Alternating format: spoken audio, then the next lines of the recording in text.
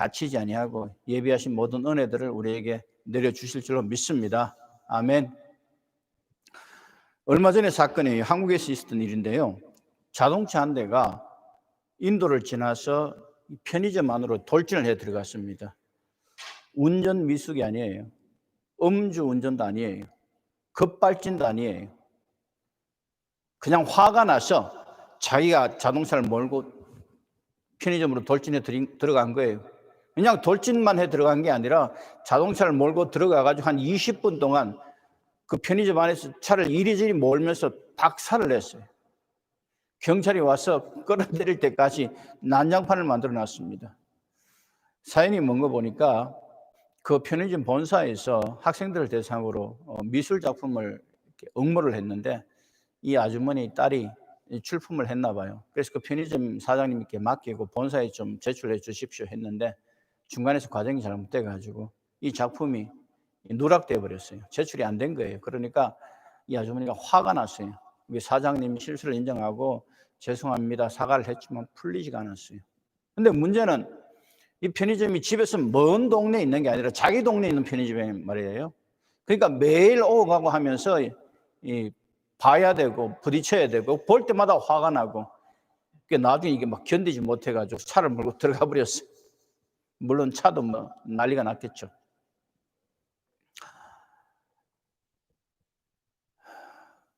이 멀리 있는 사람은 괜찮아요. 아주 가끔씩 만나는 사람도 괜찮아요. 근데 구조적으로 아주 가까이 있는 사람, 중요한 사람, 나와 친한 사람, 그런 사람이 일상 속에서 여기 구조적으로 나오고 이렇게 내가 용납할 수 없는 모습으로 그런 태도로 그런 자세로 그런 기질로 그런 언행으로 이렇게 나를 만나고 있으면 참 힘들어집니다. 요셉의 형들에게는 요셉이 그런 존재였어요. 요셉의 형들이 용납할 수 없었던 건 두 가지인데요. 제일 먼저는 아버지의 편애입니다. 야곱이 12형제 중에서도 유독 요셉만 사랑을 하는 거예요. 그런데 그게 좋건 나쁘건 간에 어떤 기질이나 성격은요, 그 사람하고 뗄래야 뗄 수 없는 게 있습니다. 야곱에게 있어서 그 자식에 대한 편애는 그런 것이었어요. 가장 사랑했던 여인 라헬의 자녀에게 정이 들어가는 것은 야곱도 어떻게 할 수가 없었어요. 옷을 다르게 입혔습니다. 그러니까 이 차별이라는 게 눈에 안 보이게 바라보는 눈빛, 표정 혹은 말투에서 은연중에 드러나는 것도 견디기 굉장히 힘든데 매일매일 먹는 것, 입는 것, 마시는 것 이런 일상생활 속에서 노골적인 차별이 이루어지면 굉장히 힘든 거죠.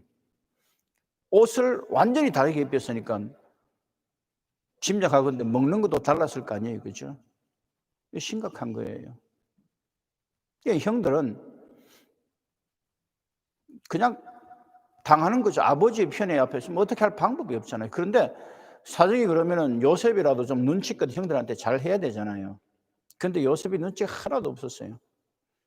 그리고 꿈을 꾸는 대로 뭐 형들이 자기한테 절하는 꿈 꾸면 그냥 그대로 형들한테 가서 이야기를 하는 거예요. 형들이 꼭지가 돌죠.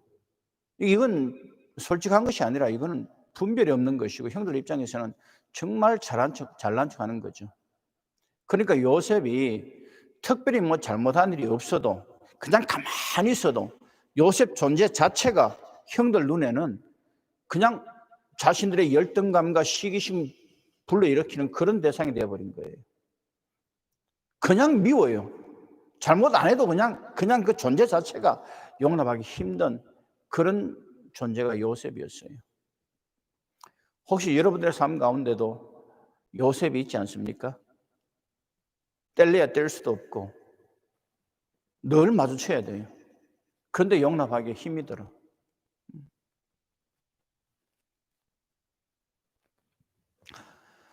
보통 사람들이 이런 용납하기 힘든 문제나 상황을 만나게 되면은 일반적으로 네 가지 반응을 보입니다. 첫 번째 반응이 뭐냐면은 그 용납할 수 없는 대상과 나를 예를 써서 분리시켜 놓는 거예요. 떼어 놓는 거예요.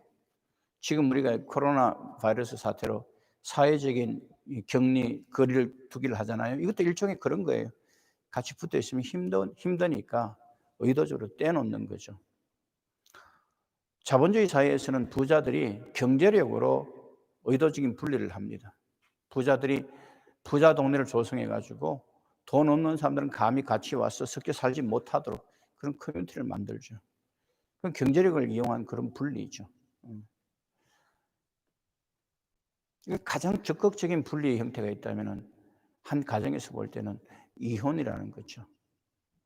부부가 서로 이렇게 묶여 있는 게 힘드니까, 제도적으로 묶여 있는 게 힘든데, 서로 용납하기가 너무 힘든데, 그러니까 법적으로 서로를 격리시키는 거죠. 그러니까 대부분의 경우에 이혼은 싫어서라기보다는 아마 힘들어서 그럴 겁니다. 두 번째 유행이 뭐냐 하면은 이 다투는 거예요.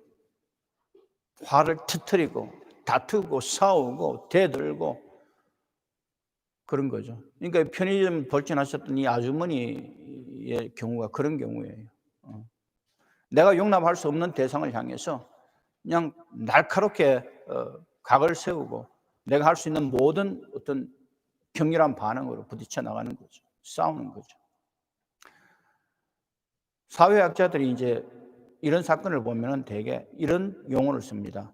분노 조절 장애 증후군.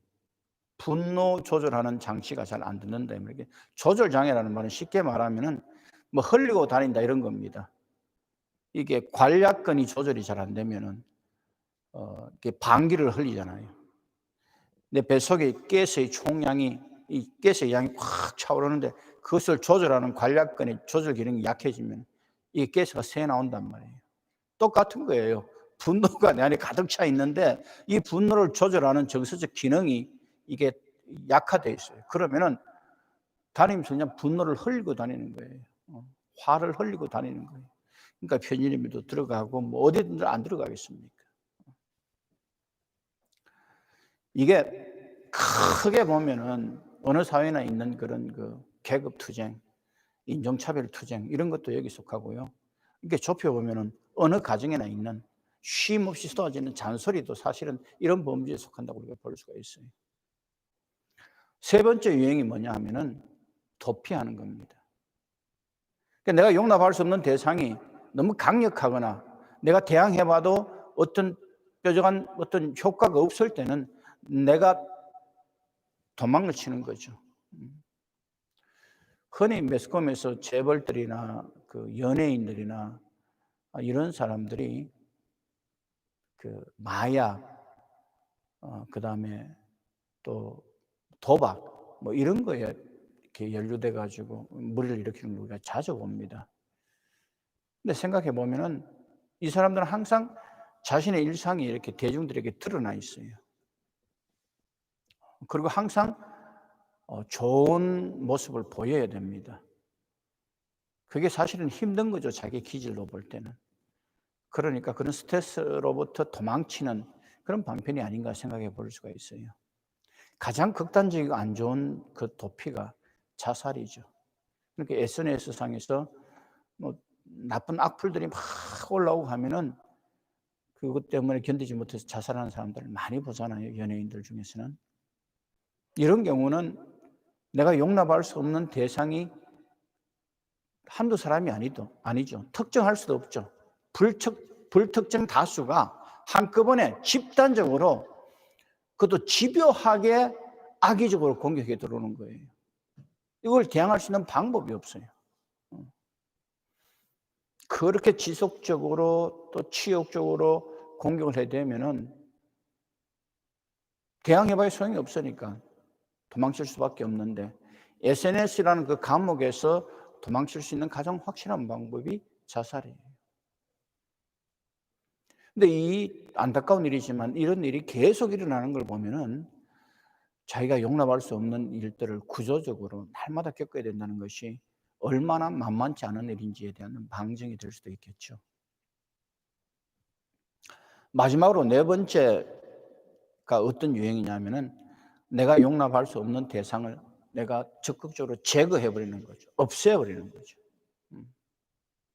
마주보기 싫으니까 내 눈앞에서 치워버리는 거죠. 그러니까 요셉의 형들이 요셉에게 한 게 바로 이겁니다. 요셉을 없애버린 거죠. 그러니까 요셉을 구덩이에 집어넣는 거는 살인을 하고 싶어서가 아니에요. 또 대상들에게 팔아넘긴 것도 돈을 받기 위해서가 아니에요. 이 용납할 수 없는 요셉을 정리해버리고 싶은 거예요. 근데 정리가 잘 안 됐어요. 아들의 피입니다라고 생각하는 그 피가 묻은 옷만 가지고 돌아갔잖아요. 아버지가 그걸 보고 얼마나 억장이 무너졌겠어요. 괴로운 아버지를 보면서 형들이 속으로는 아마 아버지 편애가 다 그렇게 만든 거예요 라고 이야기를 했겠지만, 변명했겠지만 형들의 마음속에 얼마나 괴로움과 죄책감이 오랜 시간 동안 아버지를 볼 때마다, 요셉이 생각날 때마다 그것이 떠나지 않고 그들 가슴 속에 있었겠습니까? 긴 시간 동안 요셉의 형들에게 요셉은 정리가 안 됐어요. 지금까지 우리가 살펴본 대로 이 네 가지 유형이 전부 다 그렇게 성공적이지 못해요. 건설적이지도 못해요. 효과적이지 못합니다.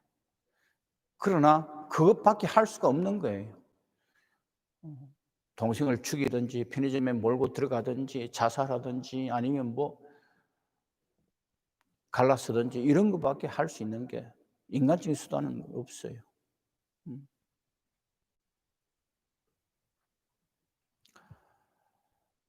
과연 이런 비효율적이고 아름답지 못한 방법밖에 없을까?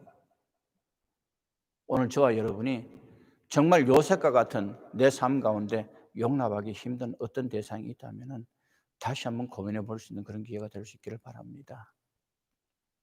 우리 하나님은 이 세상의 모든 것에 대해서 계획을 가지고 계신 분이에요. 모든 사람, 모든 인생, 모든 상황에 대해서 완벽한 계획을 가지고 계신 분입니다. 기생충이라는 영화에서 송강호가 그런 명대사를 날리죠. 자기 아들 김우식한테, 아들아, 너는 계획이 다 있구나. 근데 사실 계획은 아들에게 있는 것이 아니라 아버지에게 있죠. 하나님 아버지에게. 하나님이 이 세상을 창조하셨습니다. 그리고 하나님이 이 세상을 심판하실 거예요. 이 시작과 끝이 하나님께 있습니다. 그 가운데 있는 모든 과정도 하나님의 계획 속에 있는 거죠. 모든 역사가 하나님의 계획 가운데서 돌아가는데, 이 하나님의 계획 속에서 이 세상의 역사와 개인의 역사는 밀접하게 관계가 되어 있습니다. 하나님은 이스라엘이라는 한 나라에 대한 계획을 가지고 계세요. 지금은 70명밖에 안 되는 한 가문이에요. 근데 이 야곱 가문 70명을 한 60만 명 정도의 부족 국가로 하나님은 확장시킬 계획을 가지고 계셨어요. 그리고 모판과 같은 그런 장소를 위해서 하나님은 이집트 땅의 고센 지역을 택하셨어요. 시간적으로는 한 400년 정도의 시간이 필요합니다. 이런 큰 프로젝트를, 이런 큰 계획을 완성시키기 위해서 하나님께서 키맨으로 요셉을 정하신 거죠. 그런 요셉은 이 일을 위해서 가나안이 아니라 애굽으로 가야 돼요. 어차피. 그리고 13년이라는 짧은 시간에 17살의 어떤 약간의 청년이 애굽에서도 독보적인 지위와 영향력을 누리는 그런 신분으로 신분의 수직 상승도 이루어내야 돼요. 거리적으로도 지금 수많은 수백 킬로미터의 길을 옮겨져야 되고, 신분적으로도 수직 상승을 해야 돼요. 그래서 결국은 갈 수밖에 없어요. 그건 하나님의 계획이에요. 그런데 이 하나님의 계획 속에 형들의 분노와 시기심이 같이 섞여 들어가 있는 것이죠. 하나님이 사람의 악한 일을, 악한 수단을 하나님의 선한 목적을 위해서 사용하신다, 이런 이야기가 아니라, 그럼에도 불구하고 그런 모든 것들까지 다 섞여서 하나님은 하나님의 계획을 이루어 나간다. 이 불가해한 진리를 사도 바울이 한마디로 딱 정리를 했잖아요. 로마서 8장 28절에 하나님을 사랑하는 자, 곧 그 뜻대로 부르심을 입은 자들에게는 모든 것이 합력하여 선을 이룬다. 그러니까 이 모든 것 속에는 형들의 어떤 분노심과 시기심과 적개심, 모든 악한 계획도 다 포함되어 있는 거예요. 그런가 하면은 슬픔과 고통과 그, 그, 그 극심한 견디기 힘든 그런 상실의 아픔도 다 그 속에 다 그냥 섞여 들어가는 거예요. 야곱 입장에서 한번 생각해 보세요. 그 귀한 아들이 그냥 순식간에 사라져 버렸어요. 만약에 말입니다. 이런 가정을 한번 해봅시다. 지금 야곱은 아들 요셉이 죽었다고 믿고 있기 때문에 아무것도 할 수 없었어요. 13년 동안 야곱이 할 수 있는 일은 그냥 모닝하는 것밖에 없었어요.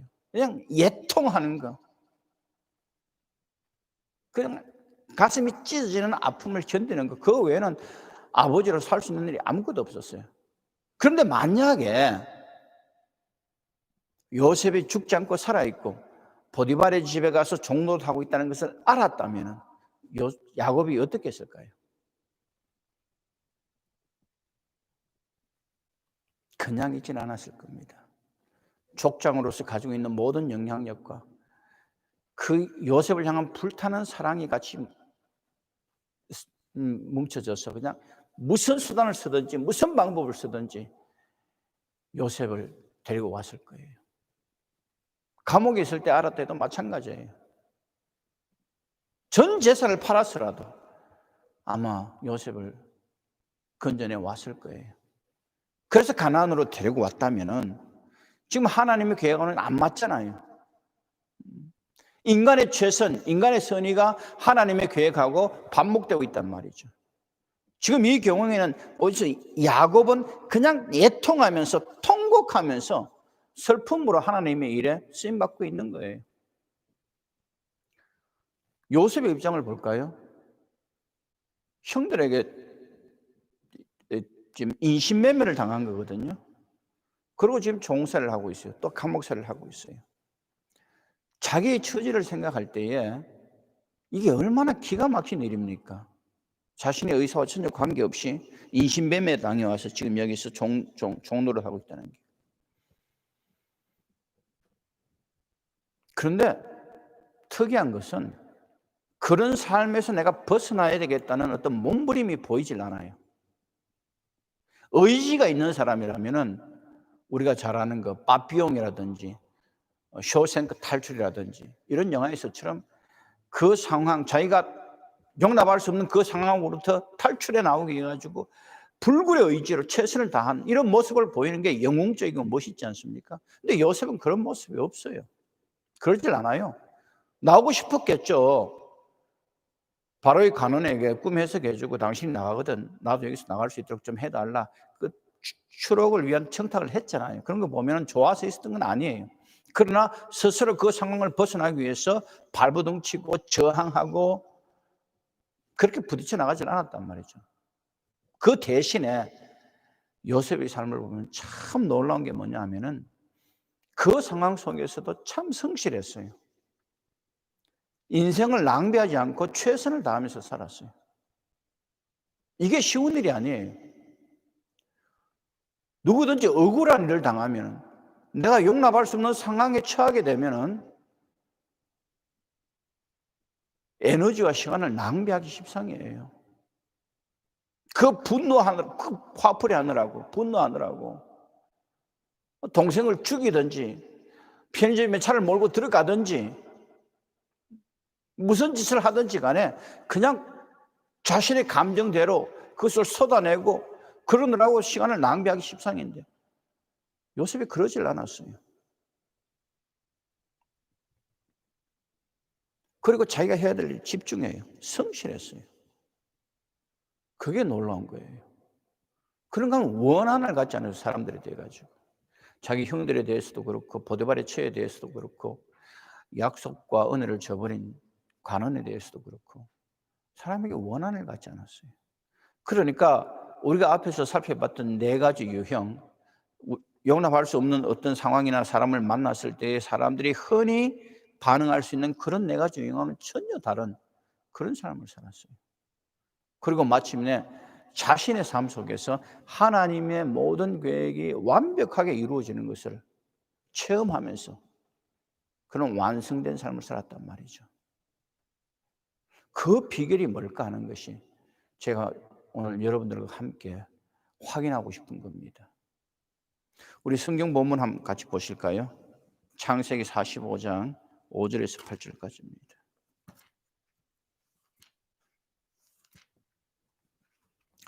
제가 양해를 좀 구해야 될 게 말씀을 준비하면서 보니까 성경 본문이 지난주에 우리 엄 목사님이 설교하신 성경 본문하고 같은 본문이에요. 그래서 제가 혹시 엄 목사님께 누가 되지 않을까 그래서 미리 좀 연락을 드려가지고 양해를 구했습니다. 같은 본문으로도 하나님께서 또 다양한 여러 가지 은혜를 주실 줄로 믿습니다. 창세기 45장 5절에서 8절까지 제가 읽어드릴게요. 당신들이 나를 이곳에 팔았다고 해서 근심하지 마소서. 한탄하지 마소서. 하나님이 생명을 구원하시려고 나를 당신들보다 먼저 보내셨나이다. 이 땅에 2년 동안 흉년이 들었으나 아직 5년은 밭갈이도 못하고 추수도 못할지라 하나님이 큰 구원으로 당신들의 생명을 보존하고 당신들의 후손을 세상에 두시려고 나를 당신들보다 먼저 보내셨나니 그런즉 나를 이리로 보낸 이는 당신들이 아니요 하나님이시라. 하나님이 나를 바로에게 아버지로 삼으시고 그 온 집의 주로 삼으시며 애굽 온 땅의 통치자로 삼으셨나이다. 아멘. 자, 이 문장에서 두드러지게 보이는 구조가 뭐냐 하면은 주어와 목적어가 뚜렷하게 구별이 됩니다. 주어가 누구예요? 하나님이 나를 여기에 보내셨다. 이게 주제예요. 그리고 주어가 강력하게 하나님이에요. 요셉이 장소적으로 물리적으로 가나안에서 애굽에 오게 된 거 형들이 팔아서 왔어요. 팩트예요. 근데 그 팩트 뒤에 보이는 팩트 뒤에 보이지 않는 하나님의 섭리가 있으니까 내가 여기 오게 됐다 이 말이에요. 사람은 하나님의 소도구나 그냥 보조 장치에 불과하지 결국 내가 여기 와서 이 자리에 있게 된 것은 하나님의 계획 속에서 내가 여기 있게 된 것이다. 이 깨달음이죠. 자기 인생의 주어를 하나님으로 놓는 겁니다. 하나님이 내 인생의 주어가 돼서 나를 향한 계획을 가지고 하나님의 때에 하나님의 방법으로 나를 옮기시고 심으시고 그리고 그곳에서 나를 사용하시고 그 결과로 지금 내가 여기 있게 됐다. 이 믿음이죠. 이 믿음이 있으니까 그때부터 비로소 사람들에 대한 인내심이 생기는 거예요. 나한테 잘못한 사람 직접적으로 연관돼서 이런 원인을 제공했지만 그냥 하나님의 엑스트라일 뿐이에요. 결국은 하나님이 하신 거예요. 만약 하나님의 계획에서 허락하시지 않았다면 내가 여기 있을 이유도 없고 내가 이런 일을 당해야 될 이유도 없다는 거예요. 사람들이 아무리 악의를 가지고 나를 팔아넘기고 죽이려고 하고 가두려고 해도 만약 하나님께서 허락하시지 않으셨다면 내 삶이 이렇게 되지 않았을 것이다. 그러니 내가 지금 당하는 일에 대해서 그 고통과 외로움과 그 어떤 아픈 사실도 내가 이겨낼 수 있는 힘이 생기는 것이죠. 그리고 내가 집중해야 될 일에 집중할 수 있는 집중력도 거기서 나오는 것이고 언젠가 하나님의 은혜의 때가 되면 하나님 나를 여기서 건져 주실 거란 믿음이 있으니까 그 하나님 때를 소망하는 인내도 생기는 것이죠. 이것이 요셉의 삶이었어요. 이것이 요셉이 다른 사람들과 다르게 반응할 수 있는 이유였단 말이죠.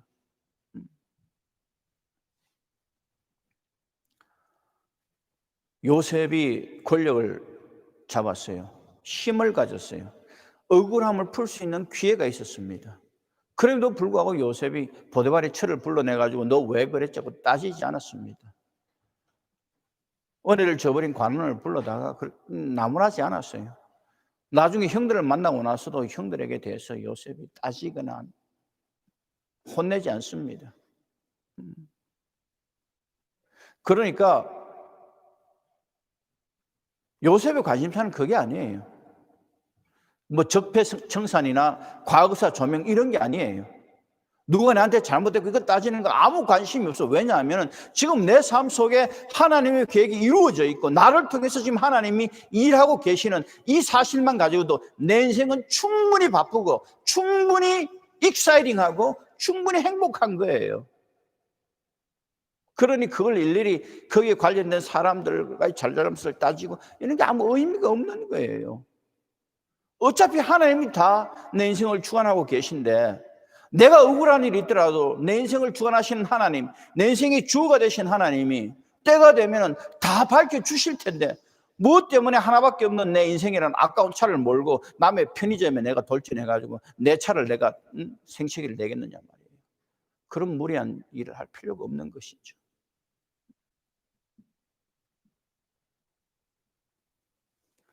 믿음은 하나님을 내 인생의 주어로 놓는 겁니다. 하나님을 내 인생의 주어로 놓고 내 삶을 주관하신 하나님의 계획 속에 내 삶을 맡겨드릴 때에 내가 용납할 수 없는 그 사람이나 상황까지도 하나님께 맡겨드릴 때에 비로소 우리는 그 안에서 자유할 수 있습니다.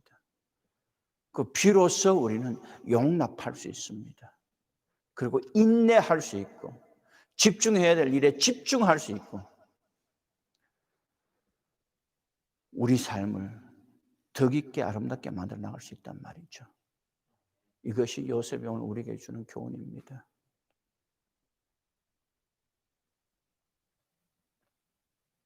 하나님은 예수 그리스도 안에서 하나님의 모든 계획을 완성하십니다. 하나님은 예수님을 통해서 세상을 용납하세요. 예수 그리스도의 십자가와 부활을 통해서 누구든지 믿는 자는 하나님의 자녀가 되는 권세를 주시고 죄를 용서해 주시고 하나님의 품 안으로 용납해 드리세요. 예수님을 통해서 세상과 타협하십니다. 예수 그리스도 안에서 하나님이 용납하실 수 없는 어떤 사람도 없습니다. 그래서 영접하는 자와 그 이름을 믿는 자들에게는 하나님의 자녀가 되는 권세를 주셨는데 여기서 영접한다는 것은 용납한다는 말과 같은 말이에요. 리시빙 하는 거예요. 우리가 예수님을 믿는 것은 예수님을 내 인생의 주어로 용납해 드리는 거예요. 그리고 그분을 용납해 드리면 예수님이 들어오셔서 예수님만큼 내 사이즈를 넓혀놔요. 세상을 용납하신 예수님이 십자가에서 세상의 모든 죄를 용납하신 예수님이 내 삶 속에 들어오시면서 내가 지금까지 용납했던 것을 용납할 수 있는 그런 그릇으로 나를 키워버리는 거예요. 예수님의 마음이 내 속에 들어오셔서 예수님의 용납의 능력이 나의 능력이 되는 것이죠. 그래서 예수 그리스도 안에서 요셉이 했던 것처럼 우리도 할 수 있는 거예요.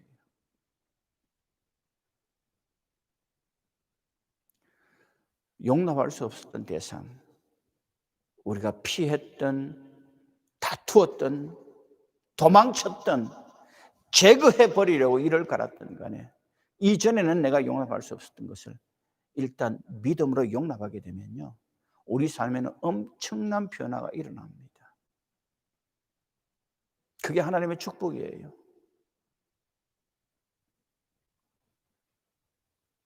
요셉의 형들은 요셉을 만나면서 비로소 용납의 기술을 배웁니다. 아버지의 편애가 더 이상 불편하지 않아요. 시므온이 볼모로 잡혀 있었잖아요. 다시 베냐민 데리고 오라 그러잖아요. 아버지 베냐민만 중요합니까? 시므온은 지금 잡혀 있는데 몇 년째 볼모로 잡혀 있는데 생각도 안 하세요? 그렇게 따지지 않았어요. 어차피 그건 아버지와 분리될 수 없는 거니까 그걸 그대로 받아들였어요. 그러니까 미움과 시기가 사라지고 편해지는 거예요. 죄책감도 사라지고 자유로워지죠.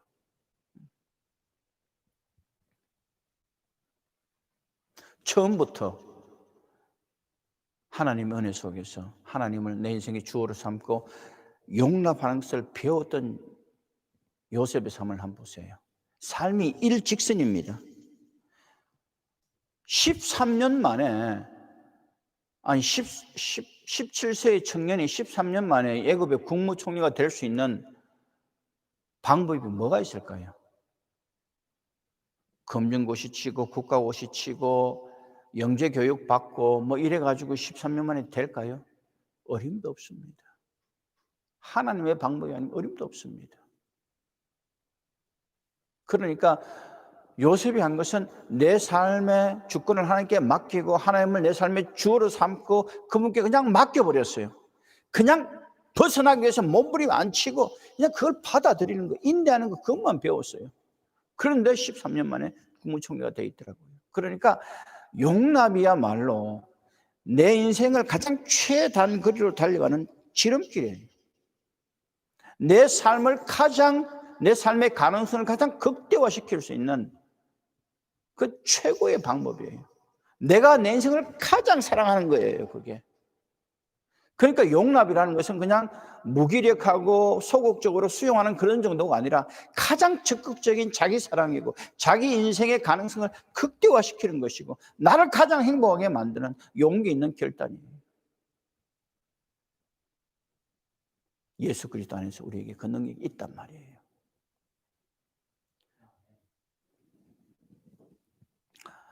제가 최근에 읽었던 아주 감동적인 책이 한 권 있습니다.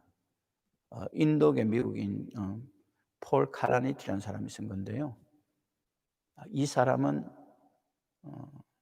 천재적인 신경외과 의사였습니다. 그래서 스탠포드에서 이 사람은 문학을 전공을 했어요. 영문학을. 그러고 예일대학교 의과대학을 가가지고 의사가 됐습니다. 이 사람은 삶과 죽음에 대한 생물학적인 진리와 함께 어떤 그 인문학적 진리를 같이 가지고 자기 인생을 보기를 원했고 자기 삶의 일부인 죽음도 보기를 원했어요. 그래서 이제 신경외과 의사가 됐습니다. 워낙 천재적인 사람이라서 예일대 의대를 졸업하고 스탠포드로 와가지고 신경외과 레지던트를 하면서 수많은 그 뇌 계통의 불치병을 앓고 있는 사람들을 수술해서 고쳐냈어요. 그 천재적인 수술 실력을 가지고. 그리고 도저히 인간의 의학으로 살릴 수 없는 사람은 이 사람이 깊은 학문적인 통찰력으로 두려워하지 않고 죽음을 정직하게 대면할 수 있도록 그런 길잡이 역할을 해줬습니다. 그래서 이제 레지던트 과정도 끝나가고 정말 인생이 최절정기에 도달했을 때에 34살의 나이에 자기가 말기암 환자가 됩니다. 그 속에서 폐암이 발견됐는데 급속하게 말기암으로 발전을 했어요. 자기가 얼마나 살아야 될지, 얼마나 살 수 있을지를 몰라요. 그래서 이 사람이 이제 그럼에도 불구하고 계속 수술을 하고 말기암 치료를 받으면서도 수술실에 들어가서 수술해 사람들을 살려내고 한편으로 책을 썼는데 이 책이 숨결이 바람될 때라는 책이에요. The Breath Becomes Air라는 책인데 책 내용 전체가 굉장히 아름답고 감동적이에요. 문장도 참 아름답고. 그런데 그 가운데서 특히 제가 감동받았던 부분을 제가 짧게 한 구절 제가 읽어드릴게요.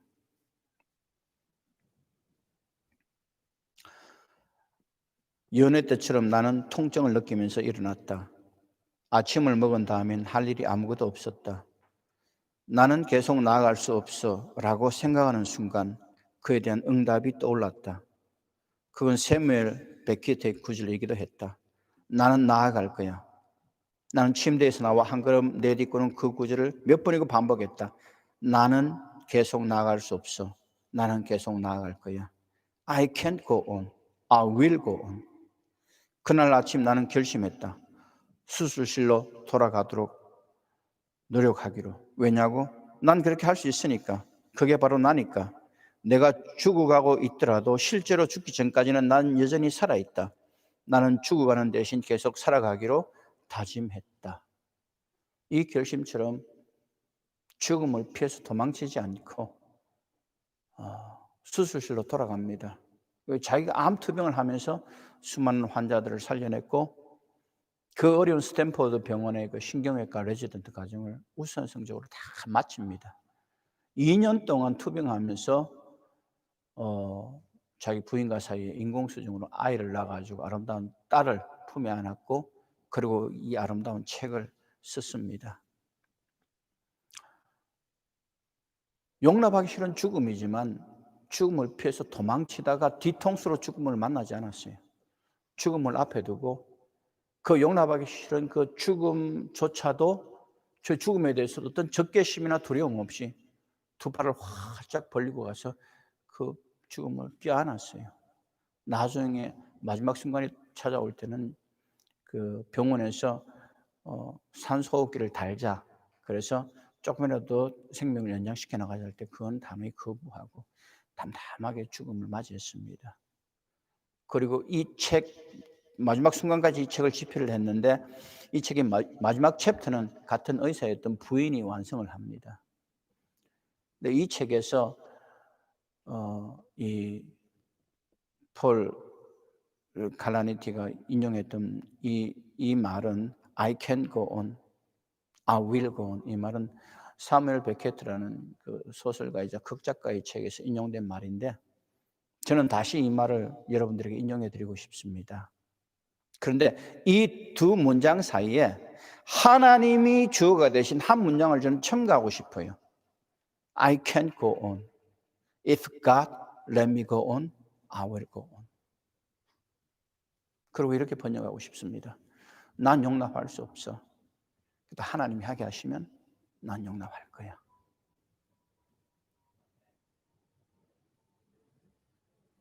기도하십시다.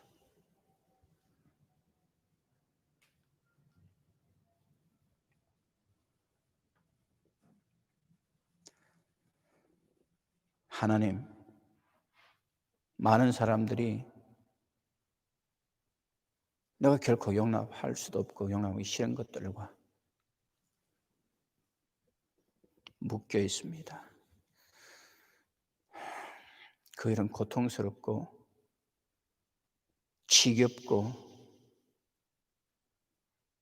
우리의 에너지를 뺏어가는 일입니다. 피해도 보고 부딪혀도 보고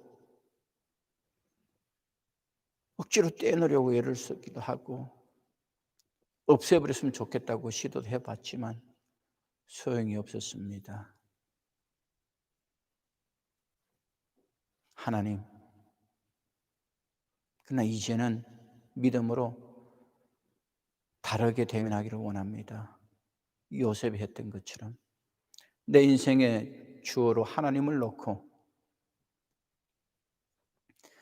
내 삶에 거룩하신 하나님의 계획이 있다는 것을 확실히 믿고 주님께 맡겨드립니다. 하나님이 하나님의 때에 모든 것을 아름답게 만들어 주실 것을 믿습니다. 그래서 마침내 요셉처럼 내 삶 속에 하나님의 계획이 완성되는 것을 바라보며 그렇게 성취하는 삶을 살아가기를 원합니다. 하나님, 우리를 자유롭게 하여 주옵소서. 십자가 위에서 세상을 용납하신 예수님의 능력으로 저희들도 용납할 수 있도록 은혜를 다하여 주옵소서. 난 용납할 수 없지만 그래도 하나님이 하게 하시면 용납할 거라고 담대하게 선포하며 한 걸음 내디딜 수 있는 저희들이 되게 하여 주옵소서. 예수님의 이름으로 기도합나이다. 아멘.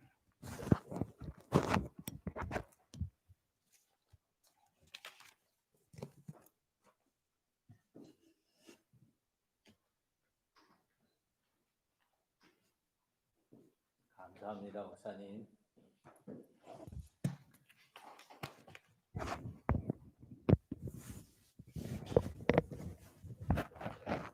우리 같이 찬양하시겠습니다. 마지막 찬양, 내 영혼의 그 깊은 데서 412장 우리 같이 찬양하겠습니다.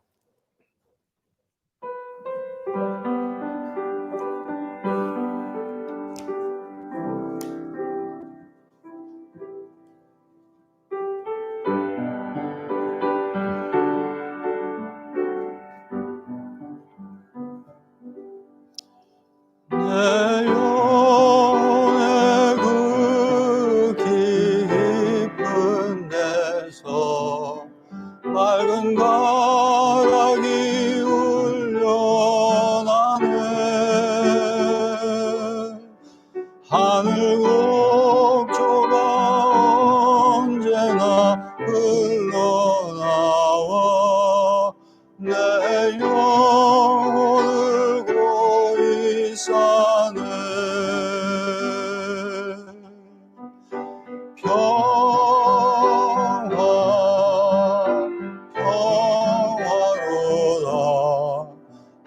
하늘 위에서 내려오네. 그 사랑의 물결이 영원토록 내 영혼을 덮으소서. 내 마음속에 솟아난 이 평화는 깊이 묻힌 보배로다. 나의 보화를 캐내어 가져갈 자 그 아무도 없으리라.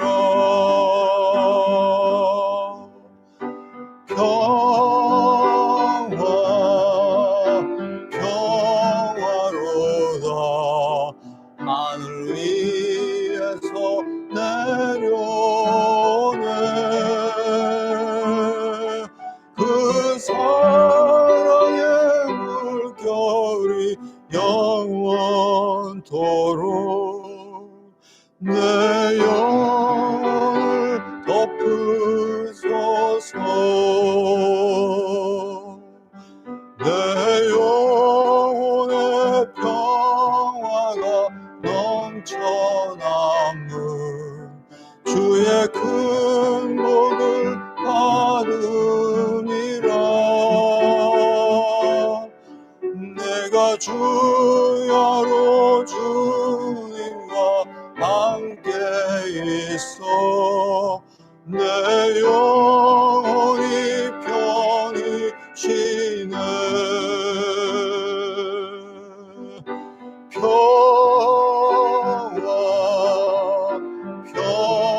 평화로다.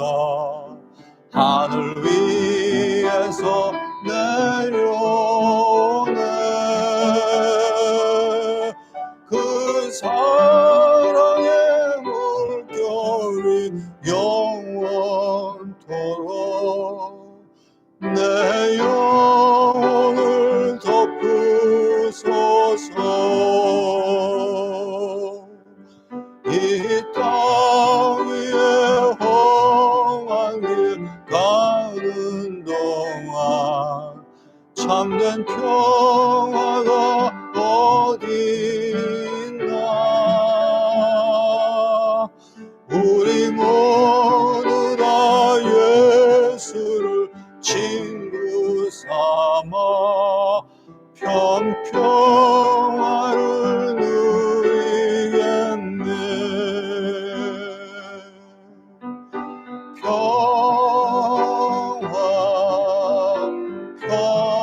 평화로다. 하늘 위에서 내려오네. 그 사랑의 물결이 영원토록 내 영혼을 덮으소서.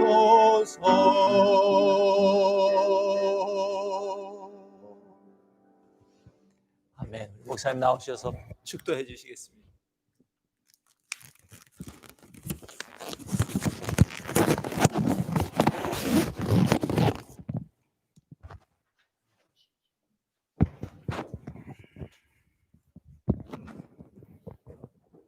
기도하십시다.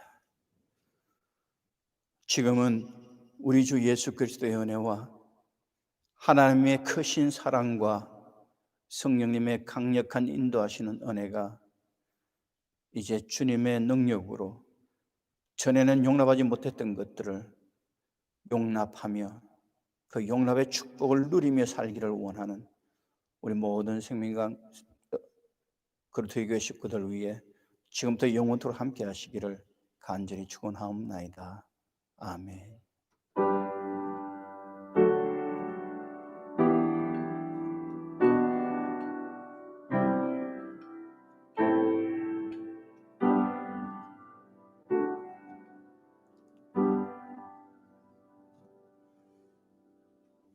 아멘.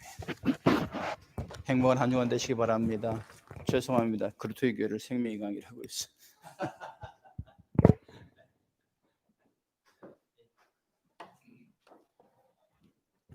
성도님들 감사합니다. 좋은 주일 오후 되시고요. 먼저 우리 옆에 있는 분들한테 먼저 내가 당신을 용납합니다. 먼저 한마디 하시고 가시면 좋겠습니다. 감사합니다.